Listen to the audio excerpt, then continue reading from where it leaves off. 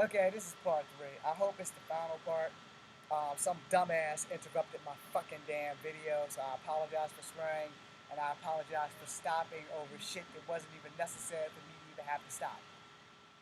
This family, man, I'm telling you, this family is hell bent on making sure that I fucking fail at everything that I do, which is why I have to succeed. I don't have a choice. I have to make it where I have to die trying. Anyway, so when you are in the midst of BJJ and you are fighting someone, like let's say you are purple or a blue belt or a black belt even, where my dumb ass ain't even qualified for a fucking belt. Because my BJJ that I learned in the Army probably ain't got shit on the shit that y'all know. But I also know that I personally suck at it. So knowing that I suck at it going into it, if we're in the gym, I know that you're gonna make me tap. I know that shit for a stone cold fact that you are gonna make me tap mostly by your rule set. Alright? Because I'm pretty sure in the rule set, because what I learned in the Army was I can't knee you when you're back, when you're mounted on top of me. Now, I don't know if it's such a thing as when I'm in the fetal position and you're across me trying to get my arm. I don't know if I can't knee you because it might be a rule set. But I can tell you what, they're just gonna kick me the fuck out today. Because I'm going to knee the fucking shit out of you. You're across my body. You're trying to put my arm in an arm bar. So with your legs, you're gonna try to hyperextend my elbow. I'm not gonna lay there and let that shit happen, which most of you probably do. I'm not gonna lay there and say, well, he only tapped me because I couldn't defend myself. Now, I can roll with it because you're pushing. I can roll with it, but I have watched jiu-jitsu videos and Brazilian jiu-jitsu videos where even rolling has worked out to be a mistake, where I roll with you and you still manage to hyperextend my elbow because me rolling with you, I have rolled into another trap. But also I can try to stand up and drop you on your fucking skull. But you still might not let go because you might have the strength of fucking Jesus, so you might not let go. Now, here's the thing on that though. Pain and compliance works both ways. I'm more than willing to sacrifice an arm for the win, because I'm fucking insane. But most people aren't. Most people, he who taps and runs away lives to fight another day.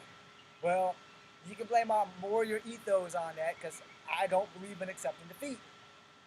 I'm not going to stay down. I'm going to get up until I can. So if you don't kill me, you got a problem. All right? It's 125 pounds of problem, but it's still a big fucking problem. I understand that. Now, the thing that's about to be awesome about this shit is that a lot of rules keep you from a victory. I understand that shit. Out here, there are no fucking rules in the streets. Which is why when you coming in for that sprawl, for that single leg takedown for BJJ, because you know you have to get me down to beat my ass, good luck with that. Because you're going to come in, boom, I'm going to raise a knee. You're going to come in, boom, I'm going to raise a foot. You're going to come in, I'm going to sidestep, bam, I'm going to bring a knee to your fucking forehead. Then I'm going to elbow you in the back of your fucking neck. I'm going to do anything and everything in my power to keep you from putting me on that goddamn ground.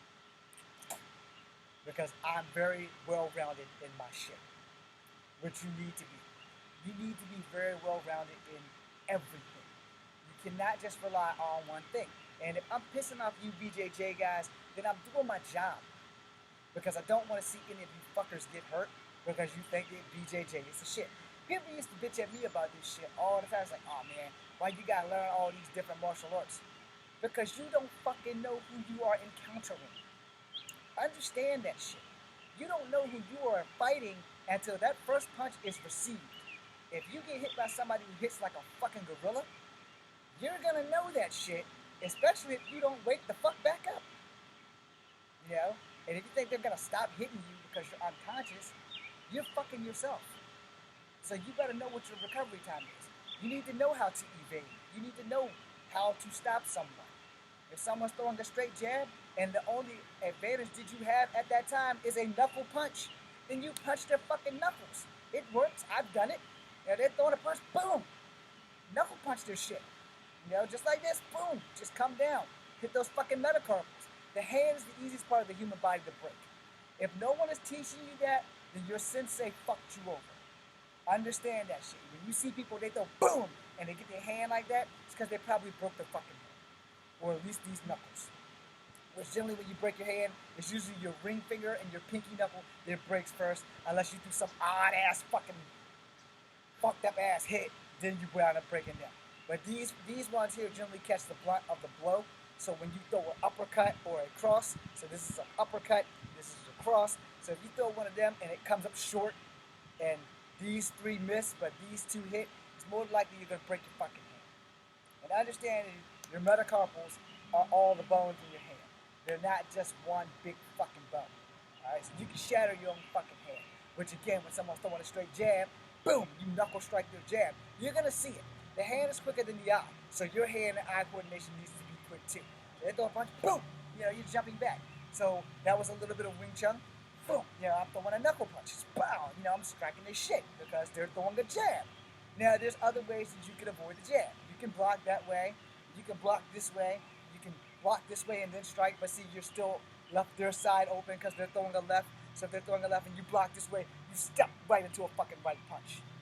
Understand? But this would be karate. I blocked it, but my counter can't work because I have to cross myself. But if I block it this way and I step back, now I can reset. Now, if I don't have the time for that, because they're just throwing these make-believe ass movie punches, the only thing you can do is block their shit. Because if you don't block their shit, you're going to eat their shit, and then you're going to be laid the fuck out. See, a lot of people don't understand how fighting fucking works. When a fist is coming at you, it's not coming at you incredibly slow like the movies. In real life, that shit comes pretty fucking quick. Now, it will seem like time slows down. I've experienced this. I do not know the name of it, but it will seem like time slows down. And my very last real fight, when I was 15 years old, and the guy that I was fighting was 3 times my size, every punch he threw at me came really fucking slow. Now, from the outside looking in, that's not what they told me. Because I personally only remember throwing 3 punches. And then throwing kicks. So, while we're on that, just 1 second.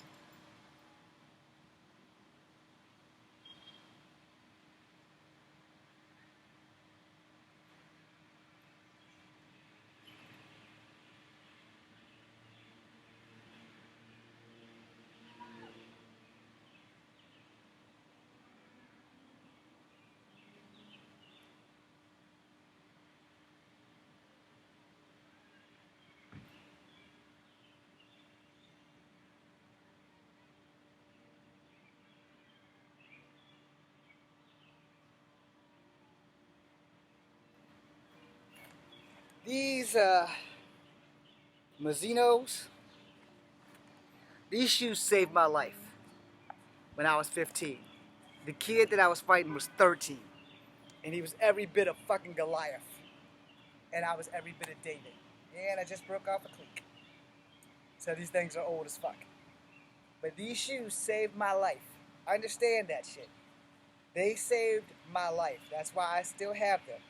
I can't really save them, but I'm not going to get rid of them. When they crumble to dust, they'll be gone, and I'll just keep the tongues.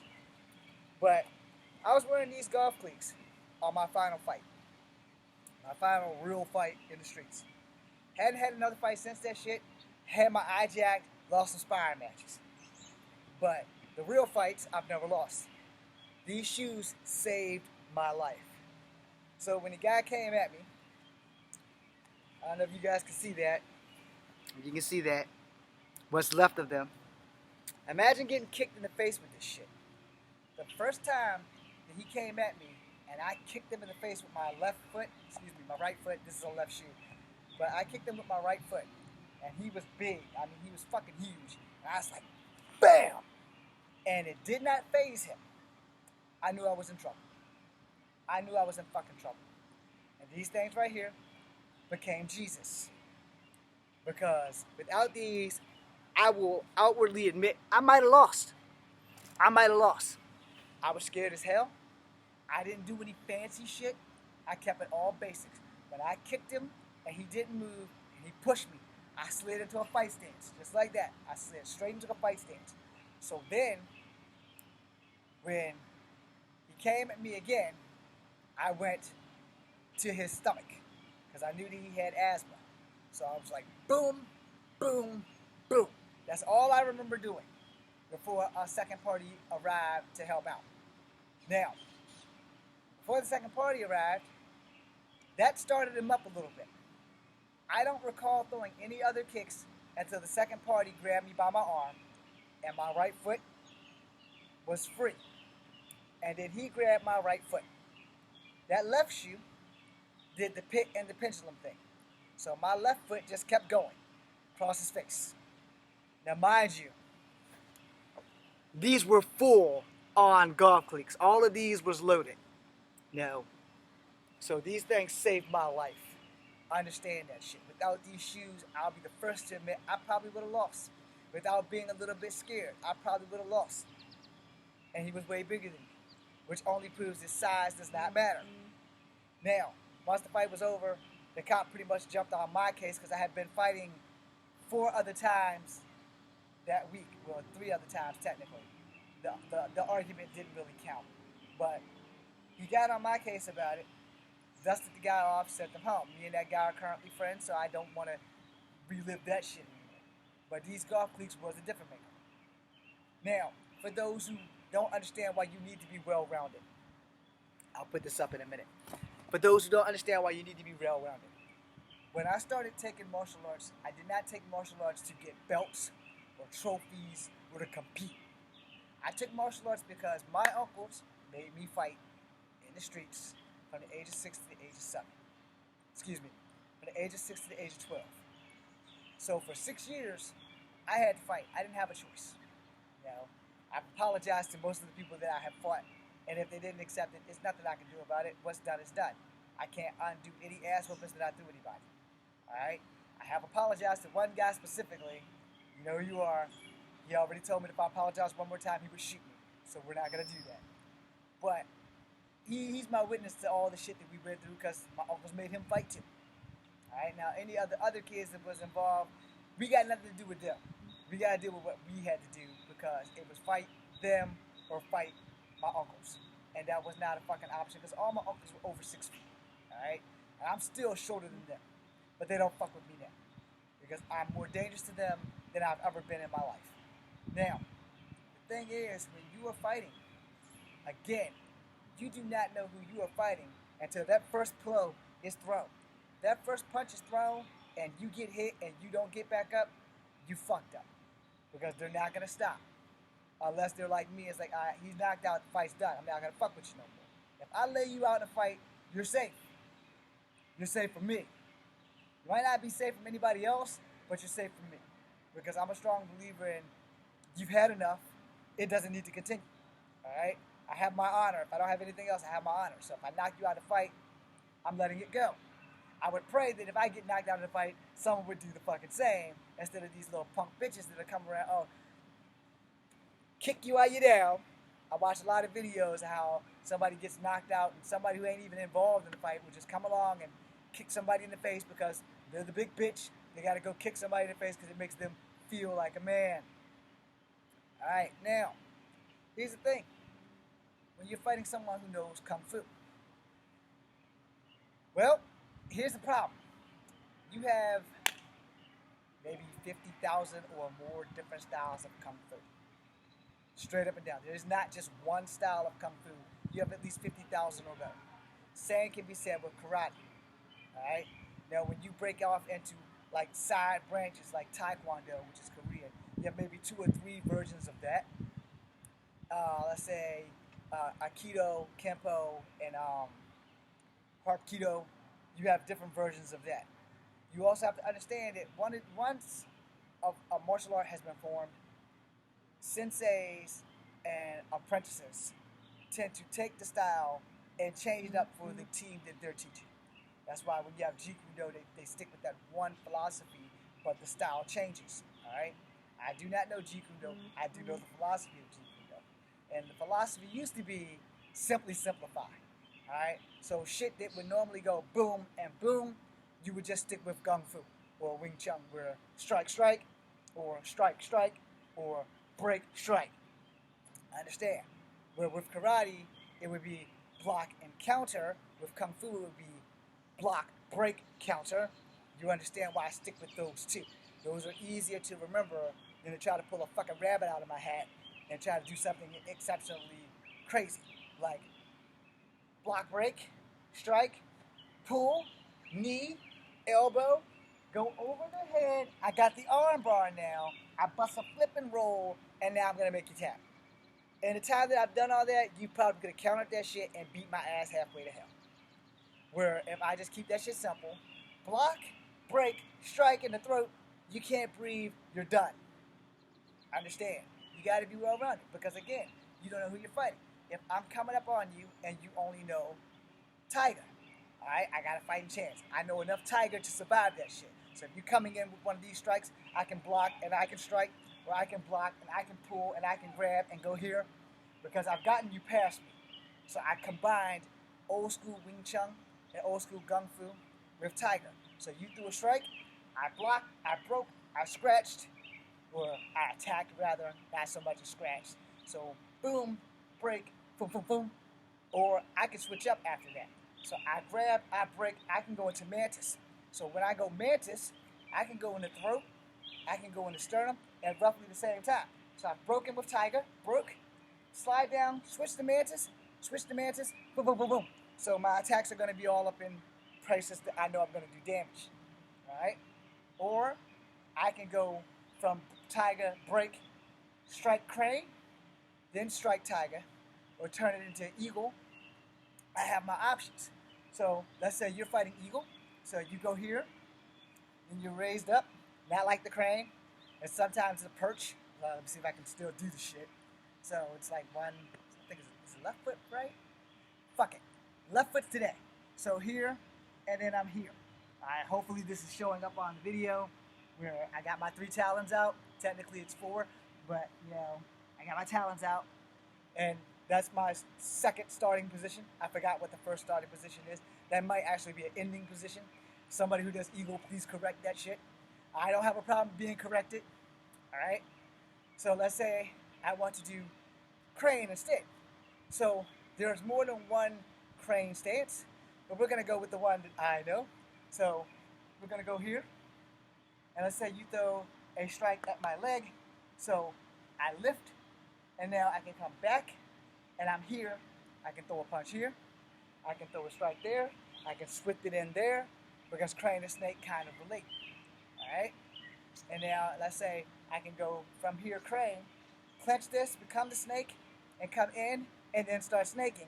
And the snake, the beak is open, crane, the beak is closed.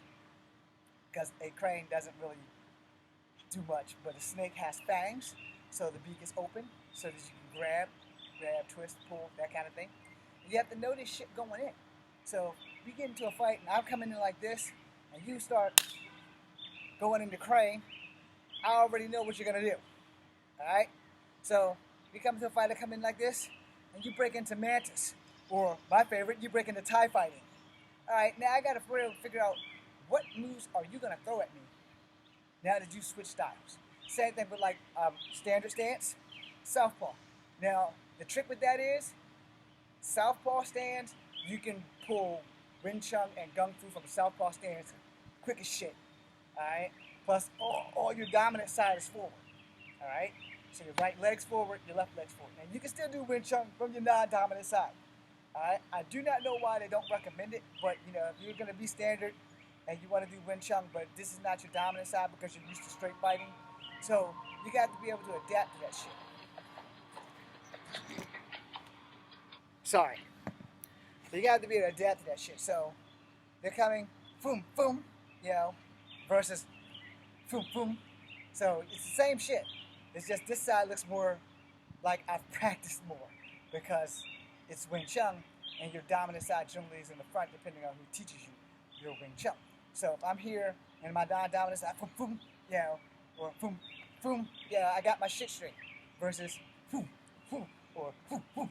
You know, you'll figure that shit out. And again, you won't know who you're fighting until the fight begins.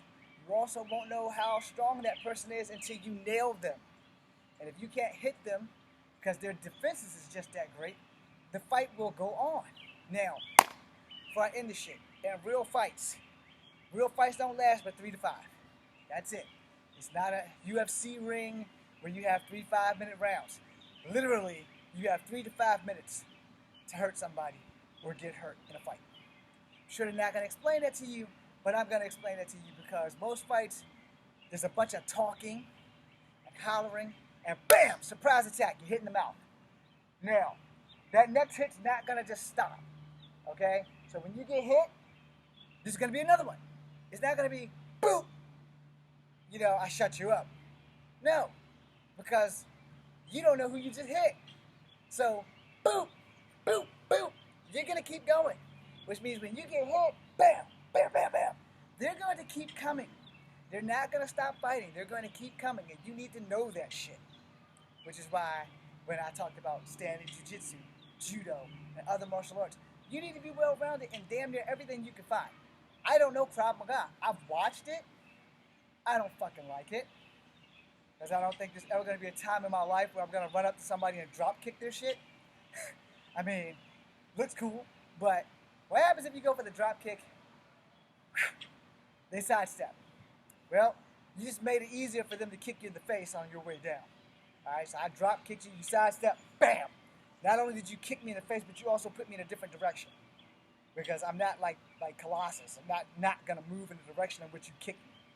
You know, because I've already got the momentum when I tried to run up and drop kick you. So you sidestep and push me, or you sidestep and nail me with a kick of some sort, I pretty much fucked myself with that. Now, there's different styles that you have to understand, and in each style, you have to take something out that you know for sure that when you get out here and battlefield test it, that shit's gonna work.